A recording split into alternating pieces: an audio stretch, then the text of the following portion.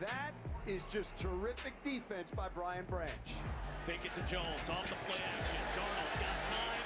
Underthrown ball, looking for Addison. Wow. And what a play by Brian Branch. Unbelievable. Intended for Addison down at the 28-yard line. Branch said, not on my watch. Brian Branch is making a name for himself. The Lions have it back. The Lions invested many resources into the cornerback position last offseason and rode a pair of the league's best safeties through an injury-riddled 2024. Those injuries, the free agents, and a lot of coaching changes will cause the organization to have to reinvest in the secondary this offseason. Welcome back to the channel. I am your host, Johnny Gaz. Thank you for returning for another video. Let's dive back into our positional breakdowns. This time we're going to go through the secondary. We're going to break down where the Lions stand on their current depth chart. We'll take a look at the free agents and we'll talk about the possible moves that they can make in free agency and through the draft. And we'll talk about how they can turn the best safety duo in the NFL into the best secondary overall in the NFL. Let's go.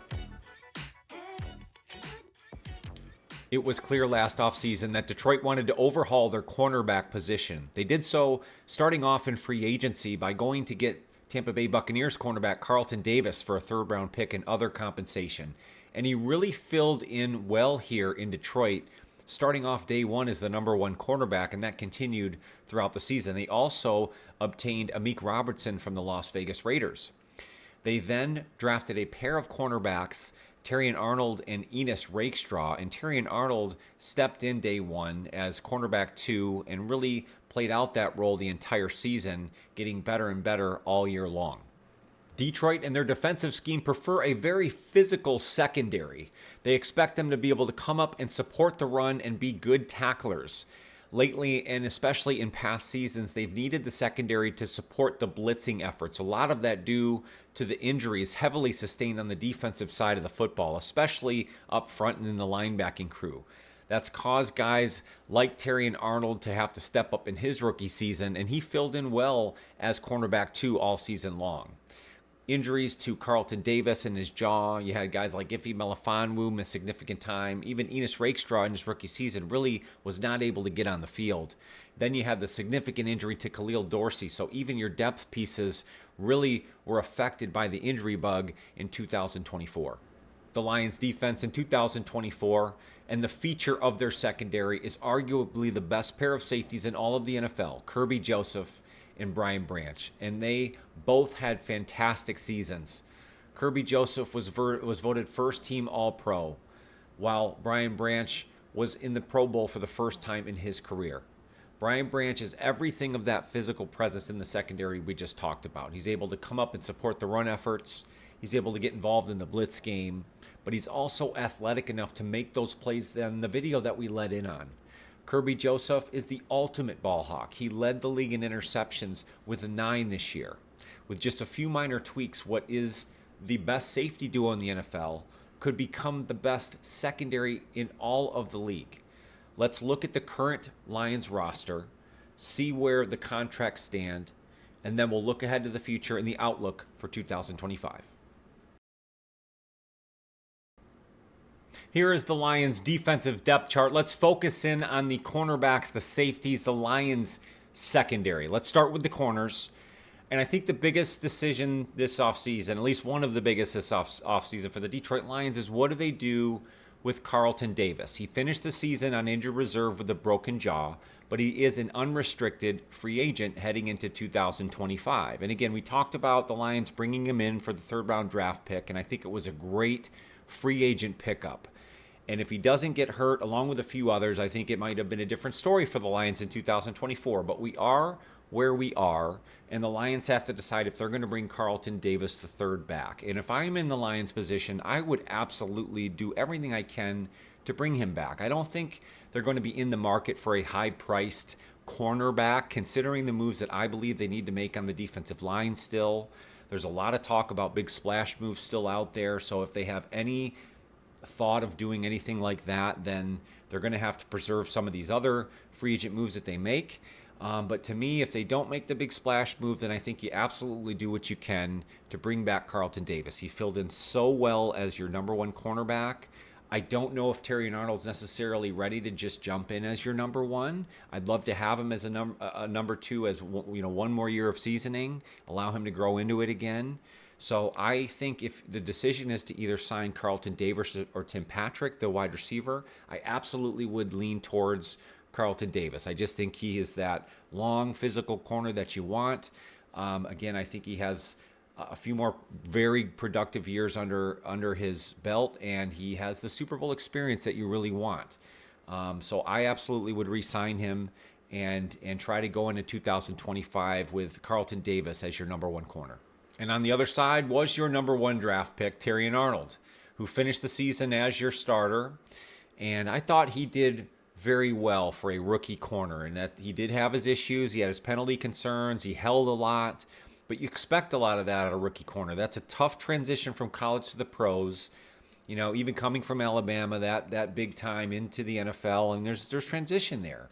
And unless you're Sauce Gardner or a very small few people that have been able to do that, you do expect some growing pains. And I thought, on top of all that, I just thought he was very good, especially when Carlton Davis goes out and he's really thrust into it. I thought he held up well later on in the season. Now, he's on a rookie deal. He's signed through 2027, and then you can even extend that on a fifth-year option. So you have a lot of time to allow him to grow into it. I think if you end up bringing Carlton Davis back, then I think you're in that exact same position. You feel good about the two corners you have going in, and you just have to kind of then look at the depth. Now let's talk about Amik Robertson, who I thought was a great free agent pickup for the Lions, and another guy that was really thrust into more of a role than you would have expected from him later on in the season when the injuries piled up and Carlton Davis goes down. Amik Robertson really showed that he could be an outside corner if you need him to be. So if for any reason the Lions can't work out a deal with Carlton Davis, then maybe Amik Robertson is your first or second corner, and you move Enos Rakestraw into your nickel cornerback slot. So there are some options there, but the point is the Lions really like Amik Robertson. He ended the season as your other starter. You have him signed through 2025, and he isn't a huge cap hit, so I think you're in a good position with Amik, and I really like him. I think, again, he's one of those guys that is willing to be physical, really wants to win. He's a great locker room guy. And so, no matter what happens with Carlton Davis, you feel good about having a guy like that, like Amik Robertson. Then the other rookie cornerback, Enos Rakestraw, who really didn't get to contribute much in 2024. He ended the season on injured reserve as well and just was not able to get on the field. And I think the Lions will expect so much more out of him in the second season. And a lot of that will depend on what they do with Carlton Davis. Because if you reset like I'd like them to do, then Enos Rakestraw, again, sort of is still that depth piece, sort of your nickel cornerback guy behind Amik Robertson, sort of fighting for playing time, would get a lot of special teams time. But if you're not able to fill that role with Carlton, then Enos Rakestraw may be thrust into the nickel starting cornerback role. So, again, the Lions like him. They liked him enough to take him as their second-round draft pick last year. Again, a long nickel corner, very athletic, and another guy that's physical, and they like that in their secondary pieces. So if they're able to keep him a little healthier this season, if he's able to stay on the field, I think they see good things ahead for Enos Rakestraw. Now let's talk about some of the depth pieces. Kindle Vildor, Khalil Dorsey, Emmanuel Mosley, and then you see Stanley Thomas Oliver, who was signed to a futures contract in the practice squad. Let's talk about Emmanuel Mosley quickly. I think that's a guy that will ultimately, as an unrestricted free agent, be let go from the organization. They just didn't get enough out of him. Too many injury concerns, was just not able to get himself right to get back on the field. So I think, unfortunately, he will not return. Khalil Dorsey, because of the serious injury that he suffered later on in the season, I think that gives the Lions some options with him. I know they really like Khalil Dorsey, not only as the depth piece at corner, but also in his special teams roles. So I think if the Lions are able to get him through his rehab, through that injury, I think they do bring him back. And I've really waved back and forth on Kindle Vildor. There was a point after the NFC Championship game in 23 where I would have told you, let's just try to get him out of town any way, shape, or form. That was more reactionary. But I think over time, as you kind of figure out and saw what he could contribute in 2024. And again, that was another guy that was asked to do a little too much with all the injuries. Kind of a similar situation. I like him as a depth piece. You don't like him as any kind of starter, but he contributes a lot again in the special teams game, and as a depth piece, I like him. So if they can get him at the price that both parties can agree on, the Price is Right situation, then I'm okay with bringing Kindle Vildor back as a depth piece. Then at safety, we talked about the Lions duo, starting with Brian Branch, and he is going into his third season, and that's sort of the season where you expect that sort of position for things to really take off. And he's already shown that he's Pro Bowler and a potential All-Pro. Guys like Penei Sewell, Amon-Ra St. Brown, Kerby Joseph, I think in their third seasons became All-Pro players. So it's now, I think, time for Brian Branch to ascend into that role, and I really see that for him. He signed through 2026, and I would expect the Lions to want to sign him to a long-term deal. Now, the more concerning thing, I think, is the other partner there is with Kerby Joseph, who signed through 2025, but they don't have a fifth-year option on Kerby Joseph. They're going to have to make a decision, and I think the Lions' track record would say that they typically want to pay their in-house guys that pay off, and he's an in-house draft guy that earned his All-Pro, and the Lions probably will re-sign him, and that All-Pro will earn him big-time money. So will there be enough there when they go through contracts with other guys at other positions, Aiden Hutchinson to name one among so many others? By the time we get around to Brian Branch, will the money be there? We'll have to figure that out down the road. But the truth is right now you have both players signed through 2025 and hopefully beyond, and will be your kind of your linchpin for what could be the best secondary in the NFL. Then there's the interesting case of Ife Melifonwu, who we know the Lions organization really loves. He has the injury history, and then he kind of came back from that, and in 2023, late in the season, was sort of the hero as, they needed playmakers in the secondary, and he caps off the win in Minnesota and so many other things. But he had the injury concerns in 2024 and just wasn't really healthy. Later on in the season, he was able to get back, but really wasn't the same player. Now he's an unrestricted free agent. So the question is, what did the Lions do with Ife Melifonwu? And I don't know if there's enough production there. And we just talked about the contracts you're going to have to sign for guys like Kerby Joseph and what we expect for Brian Branch. So does that make Ife Melifonwu the odd man out? And because of that, I don't see him returning this year, which may create a hole at safety. So the Lions will have to figure out how to move forward with their depth. And then for those depth pieces, you see Maurice Norris, who was on a reserve contract to end the season in 2024, and the Lions did sign two safeties to future contracts. That's where you see Lauren Strickland and Eric Hallett listed here. So there is potential that the Lions may be looking for some depth at safety this offseason. In looking at the Lions depth chart, I think it's clear that the Lions will eventually pay both of those safeties.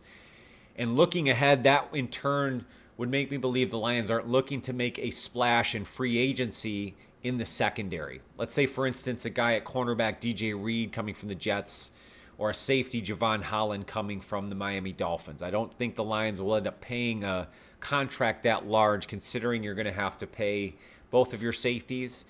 And as I would want the Lions to do is re-sign Carlton Davis. So you're going to have to reserve some money there.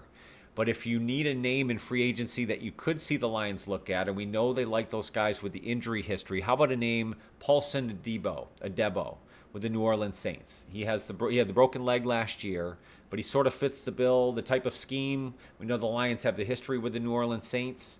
But this is sort of that man cover corner that the Lions tend to like. I don't think they'll have to pay an arm and a leg. If the Saints don't end up signing him, he could be available. And again, short-term prove-it deal that the Lions like that could build some depth there at cornerback. And then in looking to the draft, and that's probably where I would more likely see the Lions making a move in the secondary at corner or at safety. But I don't see them necessarily making that move early on in the draft. But if, let's say, a player falls to them that they really love or feel like they have a higher first round grade on, let's say a guy like Siobhan Revelle out of East Carolina. I also like the Notre Dame player, Benjamin Morrison. If one of those guys slips down the draft board, the Lions could take a shot there. That would certainly solidify your depth at cornerback. Again, at safety, you know what the Lions have already, and do they want to invest? But if they're going to, it's probably better off suited for a rookie. So a guy like Malachi Starks out of Georgia, and that would probably be more of a slip down situation. You know, we know the Lions will take BPA, best player available. And if that or one of those three guys, among a few others, slip to them and the Lions feel that's best player available, you know Brad Holmes will pull the trigger there. And again, I think that's more of the likelihood here rather than the Lions taking a shot, let's say in free agency, on somebody they're not familiar with. The truth is, when healthy, the secondary for the Detroit Lions really isn't the problem. Once they figure out how they want to handle Carlton Davis, I really believe they'll have a clear picture as they head further into this 2025 offseason. They need to get healthy. They need to determine what they're going to do up front on that defensive line. And in turn, that should make their secondary so much better. But as I mentioned, the Lions have a premier group of safeties, Brian Branch and Kerby Joseph. They have up-and-coming stars in Terrion Arnold and potentially even Enos Rakestraw. So whatever they decide to do with Carlton Davis, and my assumption and my hope is that they re-sign him, I think that will solidify their cornerback room. They have the superstars at safety, and I think they'll make just a few minor tweaks to turn the best safety duo into the best secondary group in all of the NFL. Thank you guys so much for coming back for another video. If you dig the vibe here at Johnny Guess Sports, please hit that like button. It's the best free way to help out the channel. I'd also love it if you consider subscribing. We're on the road to 3,000 now, and I think we will get there thanks to you guys. There is a membership option available. That's where I do live game play-by-plays, a ton of other fun stuff, but there's always free content here for you all the time. And make sure to check me out on all the other socials at Johnny Gaz Sports. More than anything else, make sure to take care of yourself and your mental health. That is so important. I want to make sure you come back and see me on future videos. Have a fantastic week ahead. Go Lions.